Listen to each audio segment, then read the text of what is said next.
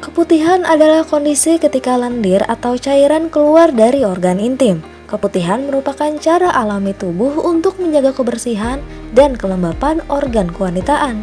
Walau merupakan mekanisme kebersihan tubuh, apakah ada kaitannya keputihan dengan peluang kehamilan? Apakah keputihan bisa jadi penyebab seseorang susah hamil?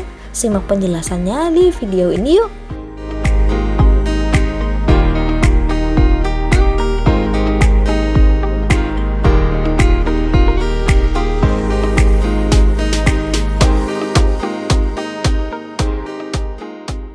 Dok, gimana ya kasusnya kalau yang tadi dokter bilang itu yang keputihan itu akan mengganggu kehamilan, itu seperti apa? Jadi keputihan, apalagi kalau penyebabnya infeksi, paling sering kita 70% disebabkan oleh karena jamur.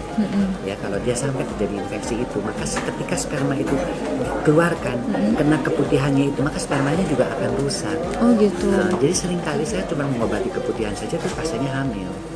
Karena ya bersih daerah di situ, spermanya tinggal lancar bisa masuk melalui cervix, kemudian masuk ke dalam saluran telur, akhirnya terjadi kehamilan. Oh gitu. Jadi Jadi nomor satu, kalau bagi pasien yang mau hamil itu adalah dia check up dulu, jangan langsung ke pikir inseminasi bayi tabung.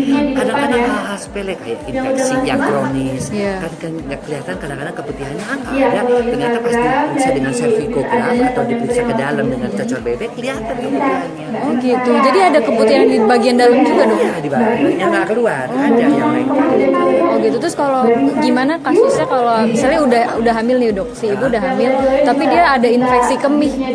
Nah, kira-kira kalau gimana dia tuh? hamil sampai ada infeksi kemih berarti ada ascendant infection dari keputihannya itu naik ke atas mengenai kandung kencing. Oh gitu. Gitu. Nah itu semua harus diberesin itu. Kadang-kadang juga beberapa pasien misalnya udah bayi tabung tiba-tiba gugur, padahal mungkin sebelum dia belum tuntas benar ngobatin yang sampai sehat dulu udah bayi tabung. Jadi ketika dia berkembang ya sudah bagus, tiba-tiba kok gugur ya, kok tiba-tiba mati, bleeding off, tiba-tiba meninggal di dalam IVF, itu mungkin infeksinya.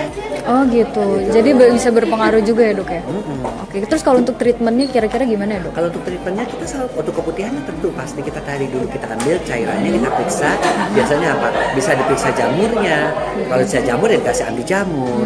Kalau dia misalnya kelainannya karena ada bakteri ya kita kasih obat antibakteri, karena biasanya 70% infeksi. Oh gitu. Terus bisa secara alami gitu nggak dok? Untuk Kira-kira? mengobatinya. Iya. Kalau dokter sih biasanya untuk mereka-mereka yang jauh yang susah mendapatkan bantuan dokter, saya suruh ambil daun sirih 7 lembar dengan 1 gelas air, kemudian direbus tinggal setengah gelas dicebokin. Itu untuk keputihan? Untuk keputihannya. Oke. Paling nggak untuk kan tuh ada antiseptiknya, biasanya juga dia akan mati. Oke.